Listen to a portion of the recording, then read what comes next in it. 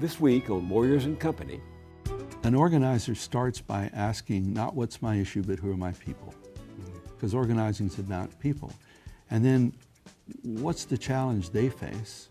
And then how can they use their resources to address that challenge? And small victories aggregate to this larger sort of beating heart and people feeling deeply inspired by each other, but it takes work. Everybody deserves a good job and a decent life, and that our government, our democracy, has the tools to ensure that.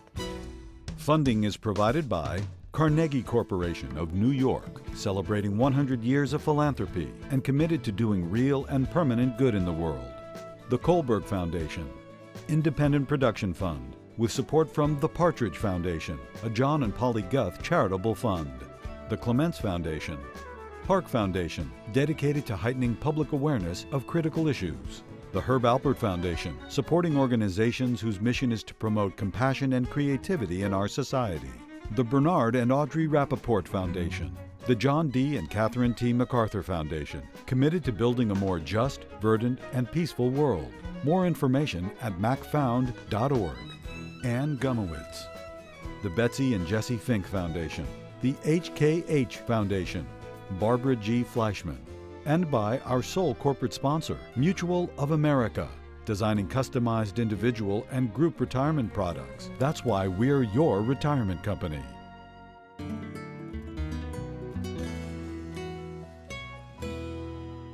welcome once again. How do you handle the grim news of inequality, corruption, poverty, dysfunction, and buffoonery that washes over us every day? Well, you can tune out and ignore it, pretend it will go away until it's too late, or you can look around, find kindred spirits, and throw your energies into the fight for justice. That's exactly the summons we've heard from people at this table who have refused to give in to the litany of woe. Listen again to some of their voices. We need a movement of truth tellers. The kind of progressive grassroots movement. A social movement that they can engage in that's not the politics of hatred, that's not the politics of fear, but the politics of hope. There's two ways to approach history.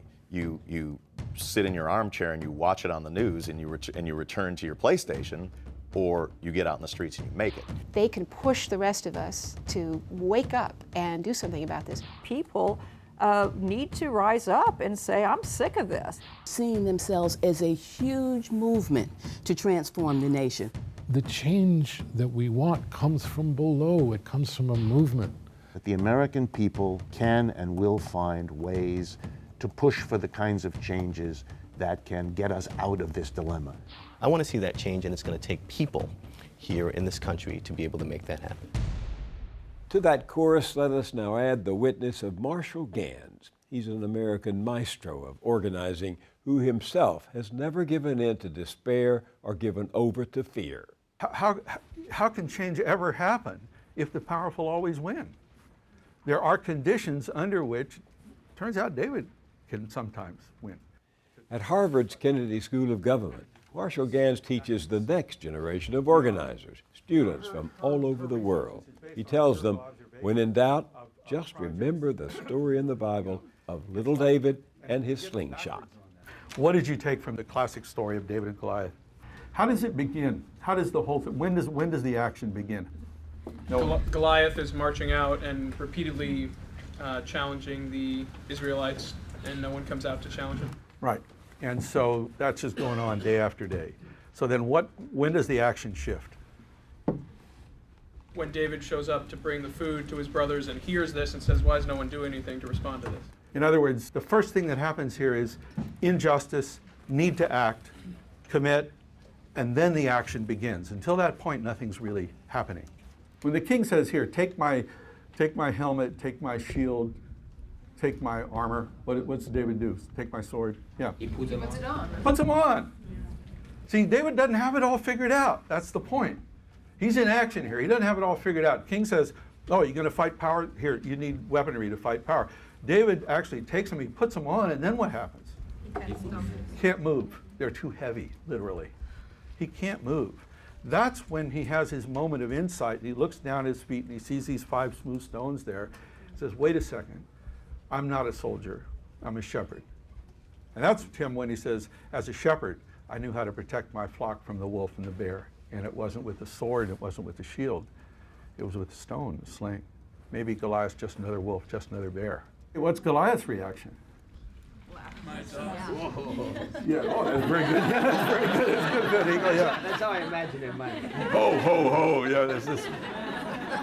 Am I a dog? You send a boy with a stick, and in the middle of the third, ho, stone in the forehead into Goliath, and not a story about nonviolence. Smiting Goliath might as well be Marshall Ganz's job description. It began in Mississippi's Freedom Summer of 1964 when his fury against injustice pulled him out of Harvard and into the struggle for civil rights. From there, he signed on with the legendary Cesar Chavez and the United Farm Workers, and for 16 years struggled to unionize the men and women in the fields of California who toiled endless hours and mounting days picking crops for next to nothing. 3 decades after Marshall Ganz had dropped out of Harvard, he went back to finish his degree and earn a doctorate. A few years later, he was asked to become the architect behind the Obama campaign's skillful organizing of students and volunteers. Today, Marshall Ganz is a founder of the Leading Change Network.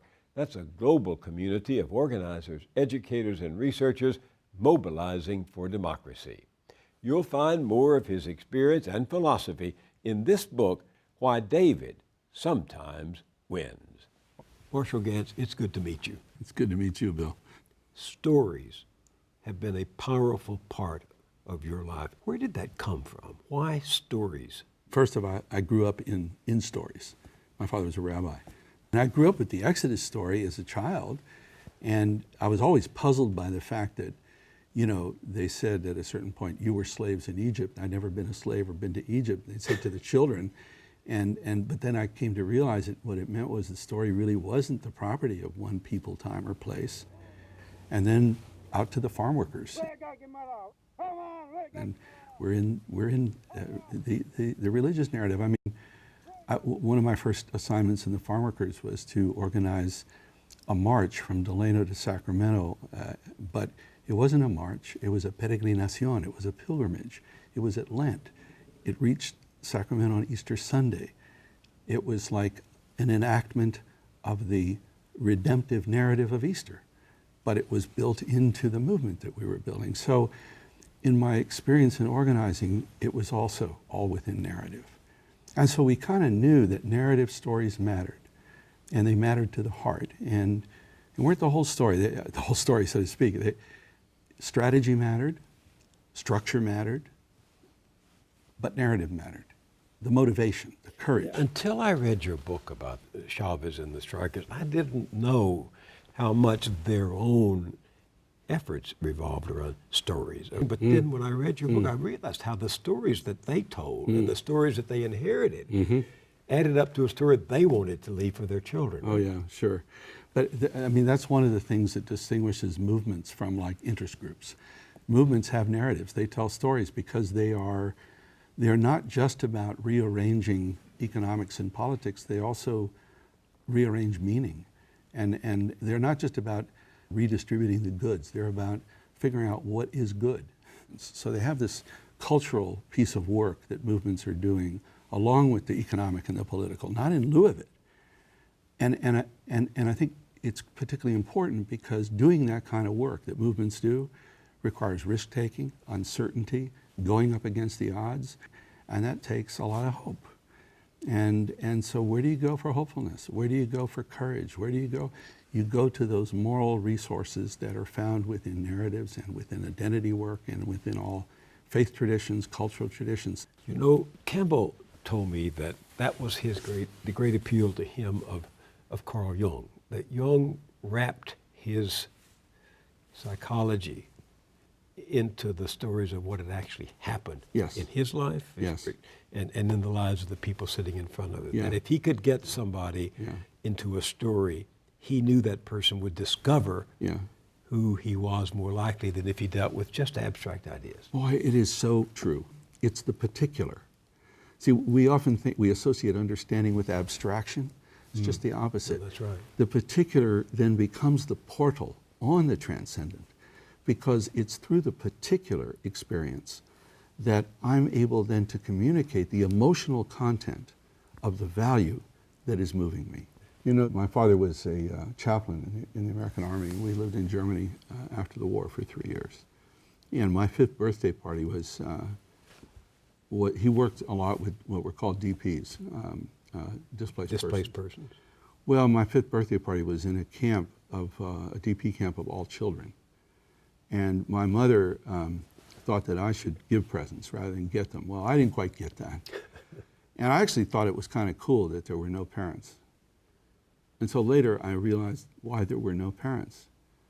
And so it was sort of a moment and then a deeper understanding of that moment later that sort of was a kind of sobering experience and helped me understand the emotional work that stories do. How so? It helped me understand that dealing with fear is probably the central moral question we have to deal with. And by moral, I mean if you think of moral questions as not being about principles, but more what Hume called moral sentiment. In other words, how do I live with empathy as opposed to alienation? How do I live with a sense of my own value as opposed to a feeling of deficiency? How do I live in a spirit of hope instead of fear? It's how to be in the world, right? How to be in the world and capable of moral engagement with other human beings. It's sort of how I think of it. Maimonides, the 12th century Jewish philosopher, defined hope as said belief in the plausibility of the possible as opposed to the necessity of the probable. Now let me say that again. That to be a realist is to recognize that the world is not a domain in which the probable always happens. I mean, Goliath is more likely to win. But you know what? Sometimes David does. You know? Was there a time you had to do that? You had to suspend disbelief and see that the inevitable was not a necessity, that it was a probability? Oh boy, well, first of all, thinking I could get into Harvard in the first place from Bakersfield, leaving Harvard to go work in Mississippi. And you left before you'd finished your studies. Yeah, I had a year to go. But see, when I left, it was to just go for the summer project. But I found a calling there. Marshall, what are your motives for going down to Mississippi this summer? Reading the papers all last year, talking with people and hearing about what was happening in Mississippi and in the South, shooting of Medgar Evers and other events like that, generate such a feeling of outrage and injustice that you feel you must act. I found this thing called organizing, which I had never really understood or heard of. And it wasn't about charity. It wasn't about helping. It was about justice. It was about working with other people in a way that respected and enhanced their agency and my own at the same time. How did you learn that? Through being part of it. Our initial project. So we were trying to claim voting rights because African Americans, of course, didn't have the right to vote.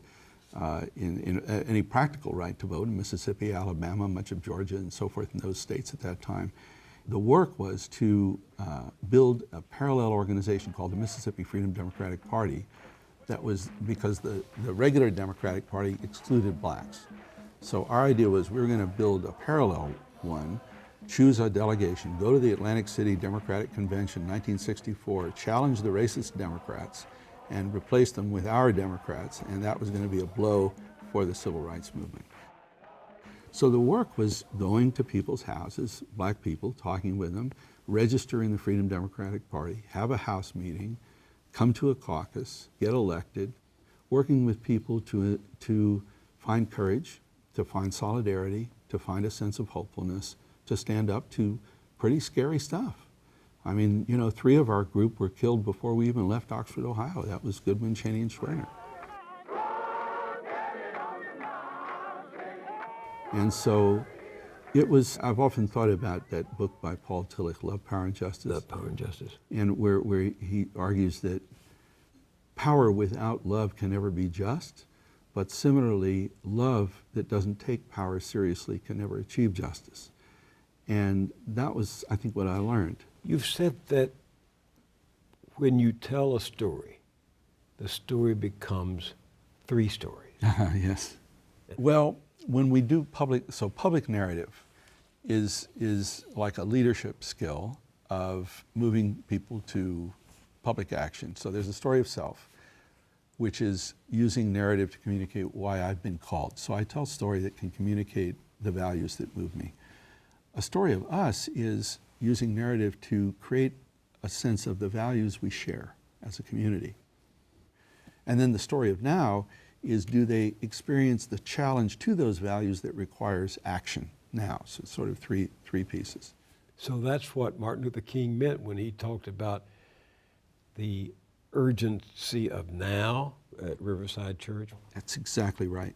And you'll see in that talk his calling, and then he reminds us of what we're called to as African Americans, as white Americans, and as Americans.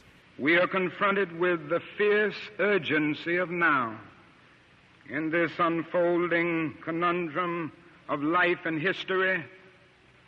That is such a thing as being too late. And if we will only make the right choice, we will be able to transform this pending cosmic elegy into a creative psalm of peace.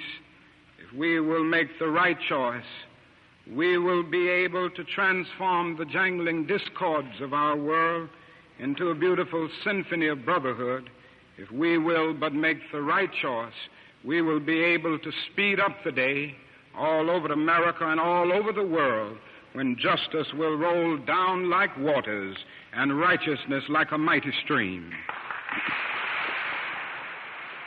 It's so amazing the way he's able to speak the Christian language, but in a way that's inclusive and not exclusive. It's really extraordinary. It's extraordinary. And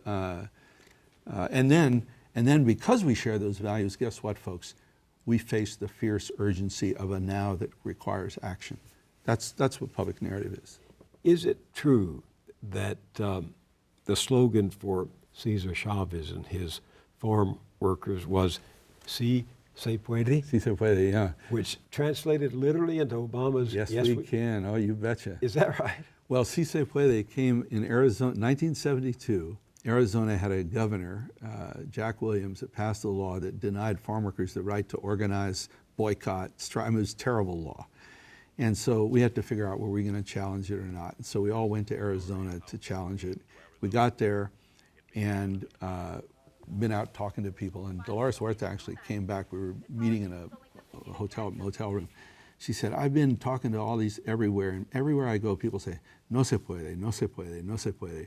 Which means, you can't do it, you can't do it. You know, it's just, and we gotta answer that. We gotta say, si se puede. And so that became the slogan of that campaign, was si se puede, yes, it can be done. And that then became a farm worker movement slogan, si se puede. So in New Hampshire, when Obama lost that night, and there were a lot of that talk going on around. Generations of Americans have responded with a simple creed that sums up the spirit of a people. Then he comes out, yes, we can. Well, that's si se puede. Yes, we can. Yes, we can. That was a great moment. That was what sort of raised such hopes about his presidency. Did people count too much on his charisma and didn't assess his inexperience sufficiently? Oh, in retrospect, probably so. But I don't know. I mean, I think there's plenty of responsibility to go around. Yeah. I mean, I think that I think there was too much readiness to just leave it up to Obama, and I think that those of us who wanted to do more about economic justice and immigration and climate change needed to do more. We had to be contentious. That's how it works. It's like this idea that contentiousness is somehow alien to democracy, and that consensus is somehow what democracy is about, and that polarization is bad. Paralysis is bad. But, it's like Saul Alinsky said, organizers have to be well-integrated schizoids because you have to polarize to mobilize and depolarize to settle. But without polarizing, you're never going to mobilize anything. And yeah, then there's a time to negotiate. And I think we're really screwed up on that right now. Yeah, it's always been struggle and conflict and winners and losers that move us forward or backwards. That's the heart of democracy, is a system of contention. I mean, of constructive contention when it works. What did the farm workers want? You remember in the farm workers story, those that read that one? You remember in this context, in this moment, what they wanted? Is there recognition for UFW? Yeah, it was recognition, and it wound up being recognition from a particular employer, Shenley Industries, a big liquor company in Delano. A union recognition means a contract signed between the workers and the union specifying wages, hours, working conditions, and all the rest. Very, very concrete objective, right? But that was like the focus of their efforts so that they could then move toward the bigger goals of broader justice and all the rest of it. And so the whole point about outcomes is specifying them clearly enough that you can actually focus in and commit to making it happen or not. And I think a lot of projects are sort of struggling with that right now, is how to specify the place between, you know, justice out there, goodness in the world, and like my next meeting. Suppose one of those students said to you, Professor Ganz, I know that the farm workers were out-financed and outmanned, and I know they were opposed by business owners and other labor leaders spurned them, yet you say that they worked out a successful grassroots strategy to organize illiterate grape pickers. Is there any lesson in that? The lesson would be to look at how it was they figured out how to do it. See, it's sort of like you don't copy that, but you sort of look at the depth of motivation they brought to it, the creativity. How did they figure out their strategy? How did they understand power? What did they understand about it? How did they continue to renew their spirit that they were able to keep moving forward? How did they? Well, there was a lot of this heart working, a lot of the narrative, the storytelling, a lot of the celebratory, a lot of the nurturing of the heart. I mean, you know, it took us 5 years to run a grape boycott, and we had to reinvent that thing every year. And every year you're going back in and saying, okay, we got to start again. But you find in each other, in the solidarity, in the myths, if you wish, that feed you the capacity to keep going. I remember what you wrote once that you had learned in Mississippi during the summer of 1964. You said all the inequalities between blacks and whites were driven by a deeper inequality, the inequality of power. That seems to me the fundamental reality of American life today. Yeah, I think the political inequality and the economic inequality and a kind of cultural inequality that sort of all reinforce one another is an enormous problem. Obviously, I mean, that's sort of what we're trying to deal with. And so the question, and in some ways you could sort of think that liberal democracy is based on a deal, that inequality in economic resources can be balanced by equality in political resources. In other words, that equal voice can somehow balance unequal wealth. Well, we're sort of way beyond that. One man, one vote, one person, one vote has been overwhelmed by $100,000 and $1 million. And it's not even just the money. If you live in a swing state, your vote counts so much more than if you live in New York or Illinois or California when it comes to electing a president. If you live in a swing district when it comes to electing a member of Congress, your vote counts. If you live in a district that's been gerrymandered so it's all Democrats or all Republicans, your vote does not count. So when you really look at whose votes count, it's a very, very small proportion. So we have some deep structural flaws that go all the way back to the beginning that it's not about us as a people or our culture, our beliefs. We're operating within a set of political institutions that distort and actually warp our capacity to express our beliefs. Maybe what we really need is an equal voice amendment to guarantee that each vote actually had equal weight. That'd be pretty radical. And if we actually designed a system that did that, now, you know, would we get something like that tomorrow? No, probably not. But I guess my point is that there are a lot of sources of energy and change in the country, not to mention the world. A lot of it is generationally driven. It's in places that may be unexpected. Let me come closer to where you and I are today. Occupy Wall Street did pull economic inequality out of the closet and put it at the breakfast table, the lunch table, the dinner table, and the political round tables on Sunday. But it didn't hang around to fight for it. What happened? Well, I think Occupy made a great contribution in that it did what you just said. It took economic inequality, economic justice, and made it legitimate. But they got stuck. I mean, they got stuck on a tactic without a strategy that went beyond a tactic. And, you know, one tactic doesn't build a movement. It takes venues in which people can strategize about how to move the ball forward. You know, I mentioned at the beginning sort of these three elements of story, strategy, and structure that you sort of need to build a movement and organization. You gotta have the narrative is the why we're doing it. And then the strategy is how we're doing it, not just one tactic, but what's our theory of change? What's our theory of how we're gonna use our resources to influence those sources of power? And then what's our structure through which we're figuring all this stuff out and working at it? And so they had problems there. You know, people confuse structure with oppression. And Joe Freeman wrote a great piece, the feminist? The feminist sociologist, called The Tyranny of Structurelessness. And I have all my students read it, where she argues, you think structurelessness, you're kidding yourself. Anytime a group of people get together, they're going to create a structure. The difference is whether it's visible or invisible, whether it's accountable or not, and whether it's open and above board, or whether it's all factionalized and personalistic. And so you choose what you want. And I think it's really honest. And so the rejection of structure is a sort of rejection of taking responsibility for self-governance. So you talk about the power of story. And for the last 40 years, the story of the free market has been the triumphant story in American culture. It really is, you know, and it's powerful because it has a moral dimension, and it has a political dimension, and it has an economic dimension. It's sort of like that. The market means we're all free to make our own choices, so isn't that great because we want to be free? And it's all about choices. And politically, well, it's all based on people making their choices, and so that's democratic.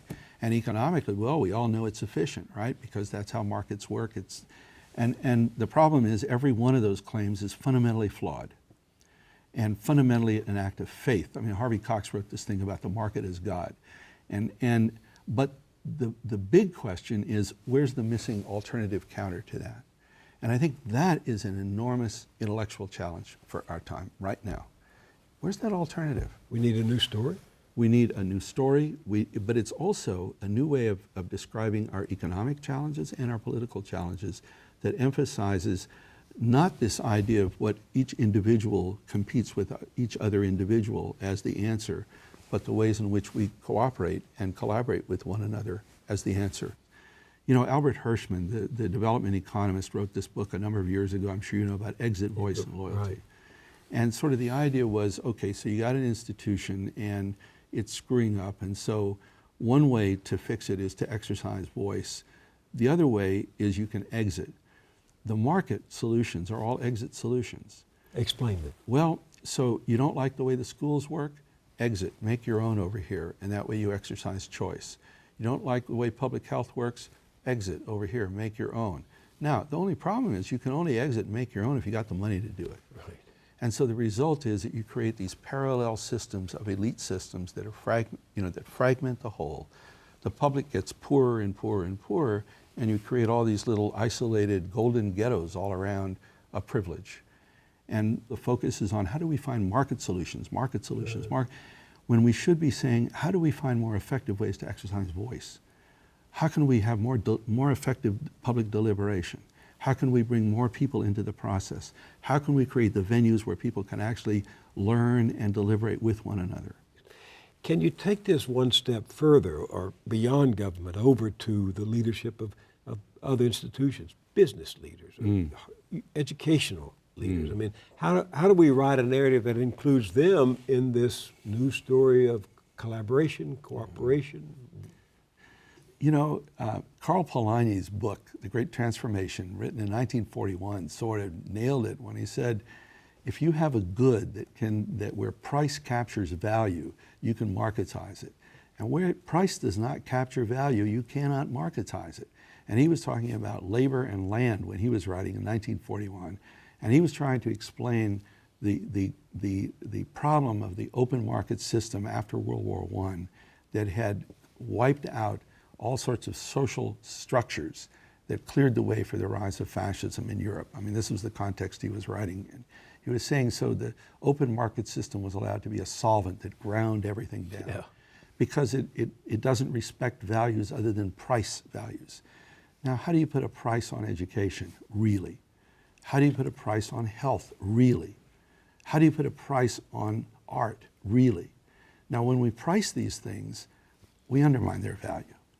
And so that's why we need churches. That's why we need schools whose value isn't based on pricing. It's based on a different set of understanding, and the resources that it generates doesn't depend on pricing. So I don't know. There's potentials out there. But I think somehow we need to get this into we need to get into this debate. We need to get into this argument and have it be about something really substantive and not get drawn into these, oh, we're too polarized or something. We need to be more polarized, but polarized around the right things. Is there any kind of organizing like that going on? There's a lot of organizing going on. I'm privileged to get to see it because I work with young people. Within the immigrant world, the Dreamers have done some great stuff. I mean, they do the organizing, the house meetings, the one-on-ones, all that good old organizing stuff. You know, the crew of young organizers that came out of the Dean campaign in 2003 in New Howard Hampshire. Dean? Yeah, 2003-04, and that crowd that have, you know, percolated through Obama and all that in a variety of different ways, but they've brought sound organizing techniques into electoral politics in a way that had disappeared. It had all been marketing. It was all marketing, and not that marketing's not there now in a big way, but the confusion between marketing and movement building is really a big one. And I think that's one of the things the environmental groups really missed the boat on. I think they thought that they could market their way to legislation.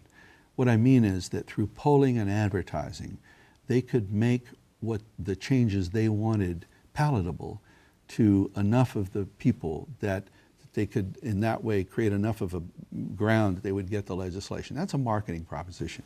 Movement building is, you know that you don't have a majority. What you got to do is build enough of a constituency that you can develop the power you need in order to achieve what you want. And so what you're doing is engaging people who engage other people who engage other people, and you build a movement that way. Looking back on your life, is there a core to it? Is there a common denominator? There were three questions posed by a first century Jerusalem scholar, Rabbi Hillel, when asked, how do we understand what we are to do in the world? And he responded with three questions. The first one is to ask yourself, if I am not for myself, who will be for me? It's not a selfish question, but it is a self-regarding question, sort of saying, ask yourself what you're about, what you value, what you have to contribute. But then the second question is, if I'm for myself alone, what am I? Which is, it's to even be a who and not a what is to recognize that we are in the world in relationship with others, and that our capacity to realize our own objectives is inextricably wrapped up with the capacity of others to realize theirs. And finally, if not now, when? The time for action is always now, because it's often only through action that we can learn what we need to learn in order to be able to act effectively in the ways that we intend. And the fact that they're questions is also really important to me, because it suggests that this work of organizing leadership is not about knowing, it's about learning. And it's about asking, and it's about understanding, that it is about dealing with the uncertain, it is about probing the unknown, It's not about control. It's about learning through purposeful experience. And so that's kind of, I think, what I've tried to, as I look back, what I've tried to learn, to teach, to do, to practice, is how to be that kind of a learner and teacher. Marshall Ganz, I look forward to the next chapter of the story. Thank you for sharing your time and ideas with me. Thank you, Bill. Thank you very much.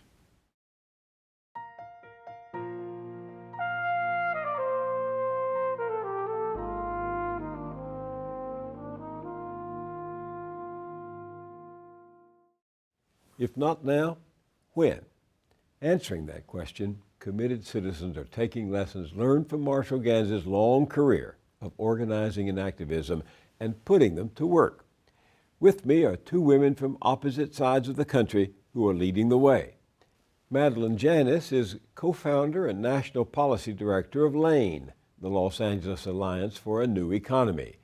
The organization was created after the LA riots of 1992 and has helped lift tens of thousands of people from poverty, creating, quote, good jobs, thriving communities, and a healthy environment.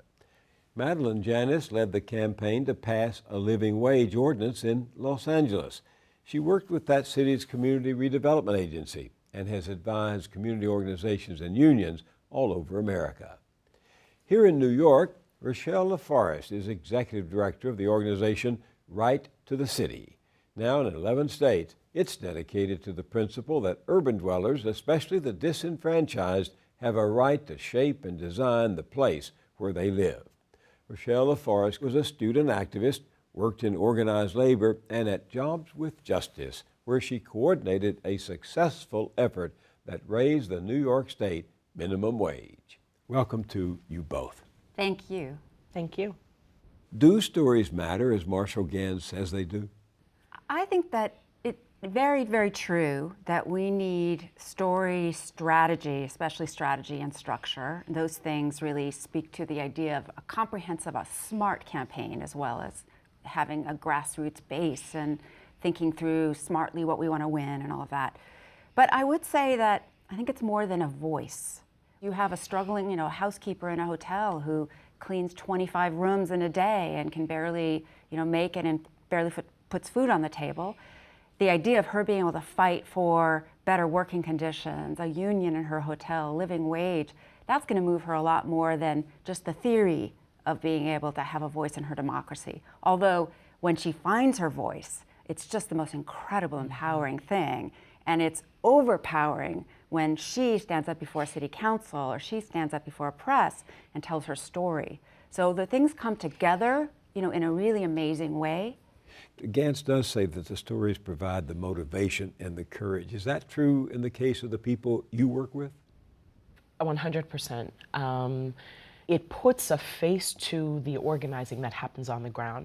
It makes very real the people and the material conditions that they're going through. It introduces neighbors to each other. It establishes trust. It's something that really starts to build the power and a collective voice of a community in a way that facts and figures and being able to put up front statistics just doesn't get to. So give me an example.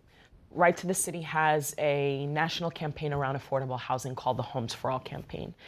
And we could inundate, our constituencies or a broader audience with the facts and figures that show that millions of people are on waiting lists for affordable housing. Millions of Americans are homeless. Millions of people have been foreclosed out of their homes over the last 5-6 years.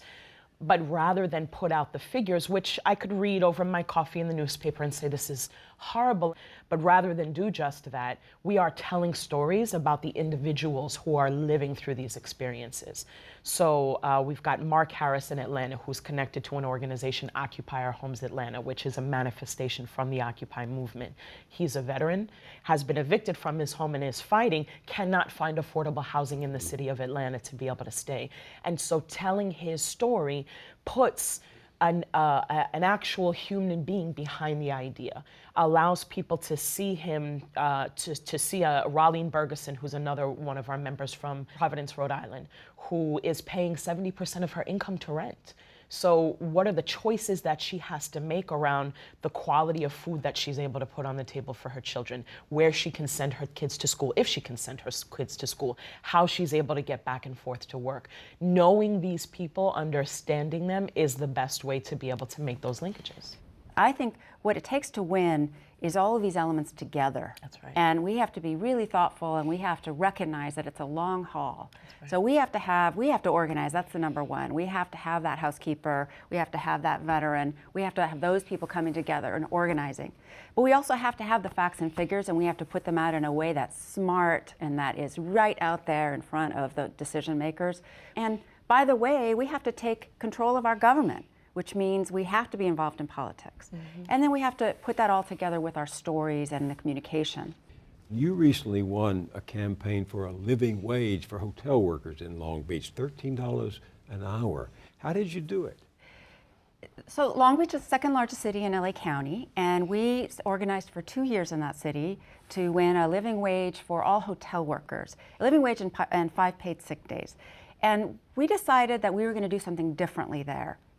We're going to do something the same in that the hotel workers themselves are telling their story, they're organizing, but we decided to organize small businesses. So we went out and we organized 130 small businesses to be part of a Buy Local campaign. Why small businesses? You would think that they would say, but if you raise wages for our workers, we're going to cut our profit margin. I know, that's what you would think, but our polling showed that people recognize that the hotel workers who live in Long Beach, and there are a lot of them, don't have enough money to spend in their local stores because they're not making enough money. And these hotels have been beneficiaries of big subsidies from the city and the government, and therefore they should be able to pay a living wage to their workers. So our argument was, and the small business people made that argument themselves. They were strong advocates. We want more customers. We want these hotel workers to be able to buy our clothes and our food. And so we had Buy Local signs everywhere. And then the most incredible thing was we won by 63%.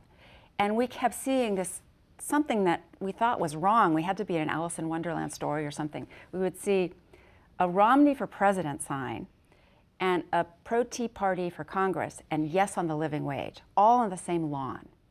And that's because the idea of a living wage for people and their neighbors to be able to spend money in local stores resonated.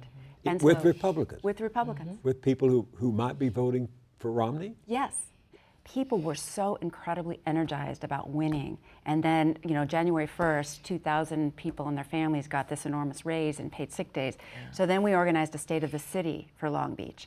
And, we had overflow crowds from every neighborhood. You organized what? We called it a State of the City, People's State of the City. And we had, hundreds of people, every single person running for office, every person currently in office in Long Beach all came. And we were able to articulate this broader agenda with, all of the things that regular people care about.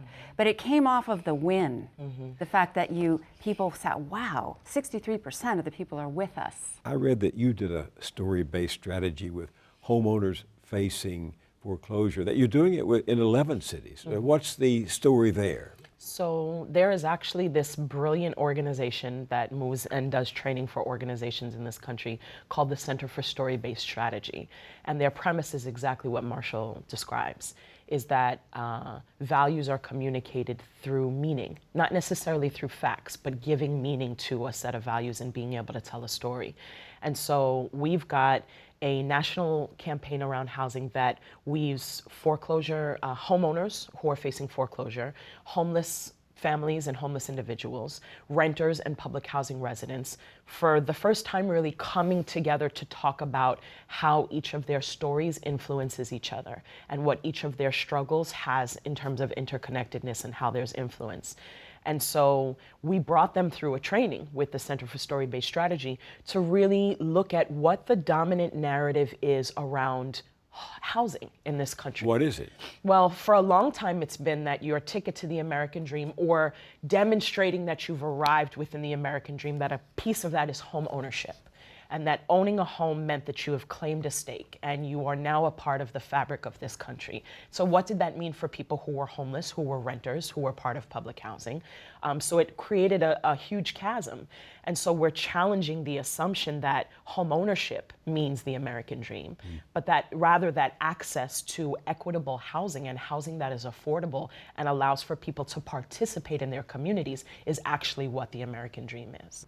Madeline, I don't know of anyone who's won more organizing victories than you. Would you just tick off a few that you've won? Give me the headline of a few of them. This past year, we won this huge victory around completely restructuring our trash, the way our trash is dealt with. The way we deal with our trash in this country is an outrage, both for our planet, but also for the people who handle it. Sanitation workers, people who sort the recyclables, or people who work in the landfills. Long story short, City of LA is going to be opening a new program next year. The entire city is going to be divided into 11 regions, and each of those regions is going to have amazingly great labor standards, mandatory recycling, composting, and clean trucks. We also won a clean trucks program at the Port of Los Angeles 5 years ago, where the port said to Walmart and all the big global companies, the old diesel trucks, you're going to have to phase them out, and you're going to have to use clean trucks. And you're going to have to, by the way, you're going to have to deal with us directly. This is not just some open market system. We actually are going to exercise some control. Now that is before the U.S. Supreme Court. So we don't know if we're going to stick that. The trucking companies. And the decision is expected soon. Yes. Any sense of how the argument's going? We are worried. How do you deal with the possibility that for all this labor, it's going to be nullified by a 5-4 vote in the Supreme Court? There is no turning back. When you win a victory like that, now that victory has resulted in an 80% reduction in pollution from the port. 80% reduction. Air is cleaner. You also have workers who are driving those trucks who have been organizing. And because part of the problem was they were all misclassified as independent contractors. It is a very abusive industry. Well, the truck drivers themselves are starting to turn that around and win union elections and to negotiate real decent contracts. So Supreme Court might vote against us, but it's a movement that cannot be stopped. What we're trying to do is imagine a new economy for all, really that lifts all boats, and really get involved in our government, get people involved in our government in order to achieve that vision. A new economy for all. That involves a new story, doesn't it? Yes. The new story of the economy is that everybody deserves a good job and a decent life, and that our government, our democracy, has the tools to ensure that, and that responsible companies are so welcome, and companies that are willing to work in partnership with community and balance their interests, we want them to do well, but with the community interests, will be more successful and will have greater prosperity for everyone. I actually think that the push for a new economy is also around innovation. So Marshall Ganz had mentioned this dominant narrative that the market, the free market, solves all problems, has the solutions to everything that we are encountering. And I think that a new economy actually challenges that assumption that we all have, that the market has the answers. And you can look around the world and even places here in this country where there are innovative economic models that are cooperative models, like cooperative food systems, cooperative labor banks, cooperative housing systems, where communities actually have a certain level of ownership. I think that's a really important component of what we mean when we start to talk about a new American economy. Have either of you been able, with your colleagues, to sway a big corporation? Many big corporations have been swayed. We believe in winning. We recognize that we're not going to win our whole dream. We're not going to win our whole agenda immediately. We're going to move step by step, and hopefully we're going to convert a lot of good businesses along the way to be our partners.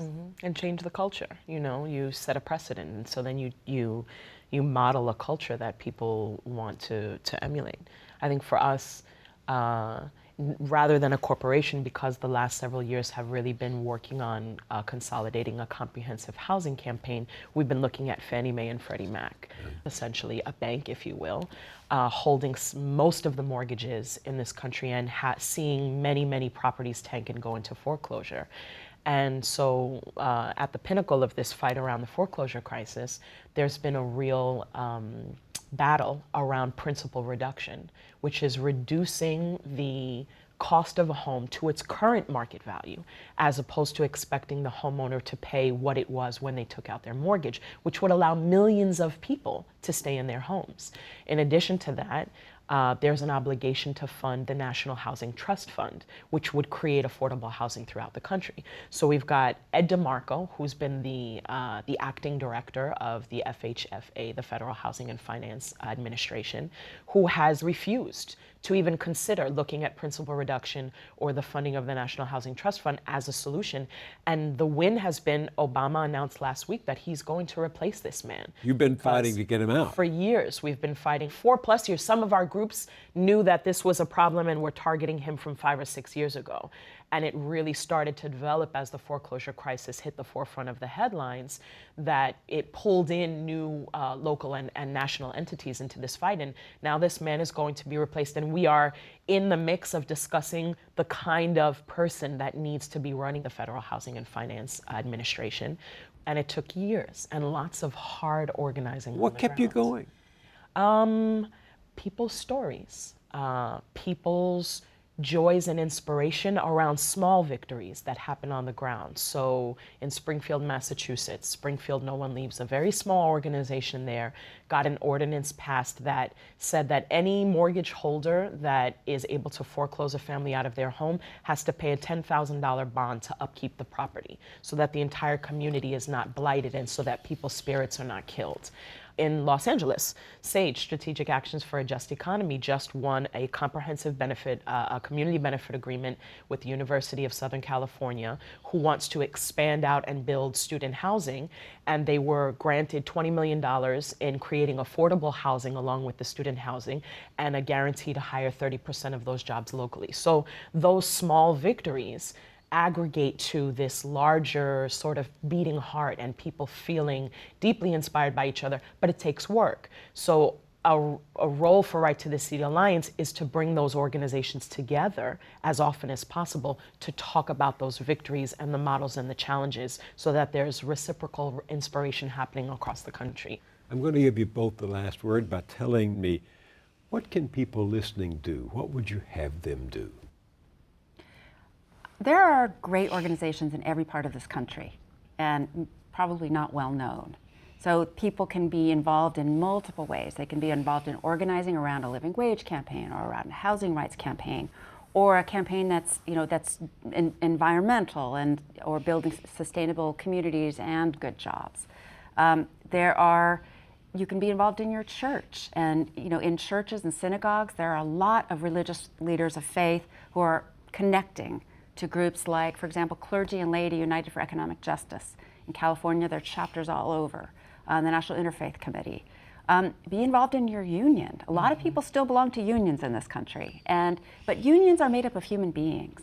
And those unions are not going to become progressive, stalwart leaders in this country until you and all of your coworkers take responsibility for your union and become involved and fight for a really broader progressive agenda. There's so many ways to become involved, and you just have your pick of them. And I would say also contribute your your own personal money. $50 here, $100 there from everybody really adds up. $2, $5 really adds up. And I would add that there are even smaller and more manageable things that people can do. Educate your family. Really be open to learning about what is the vehicle for your values that really gets your values expressed. Be open to talking to your children about immigration and what that fight is about education and what it means, what the fight looks like to make sure that they're able to be educated, about housing. Have conversations with your community and your family. Volunteer your time. Open your home for an organization to be able to hold a meeting or bring some people together. There are so many ways, but so much of it can start with how you communicate in your home, how you open yourself up to understanding what the political current is, what the political moment is, and the way that you can be engaged is huge in and of itself. Rochelle Laforest and Madeline Janis, thank you very much for being with me. I've really enjoyed this conversation. Thank you so much. Thank you for having us.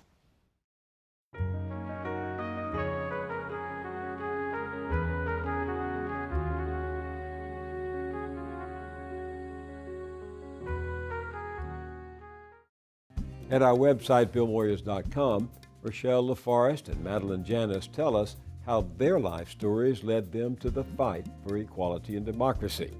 So do 3 of Marshall Ganz' students at Harvard and a chorus of others. We invite you to add your voice to the mix. It's all at BillMoyers.com. I'll see you there, and I'll see you here next time.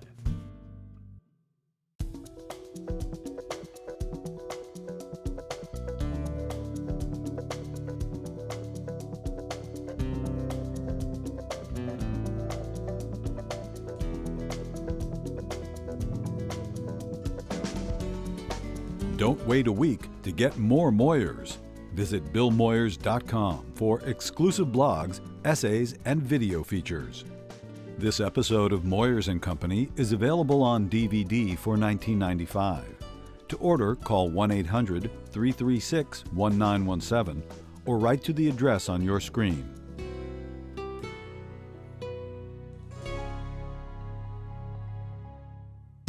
Funding is provided by Carnegie Corporation of New York, celebrating 100 years of philanthropy and committed to doing real and permanent good in the world.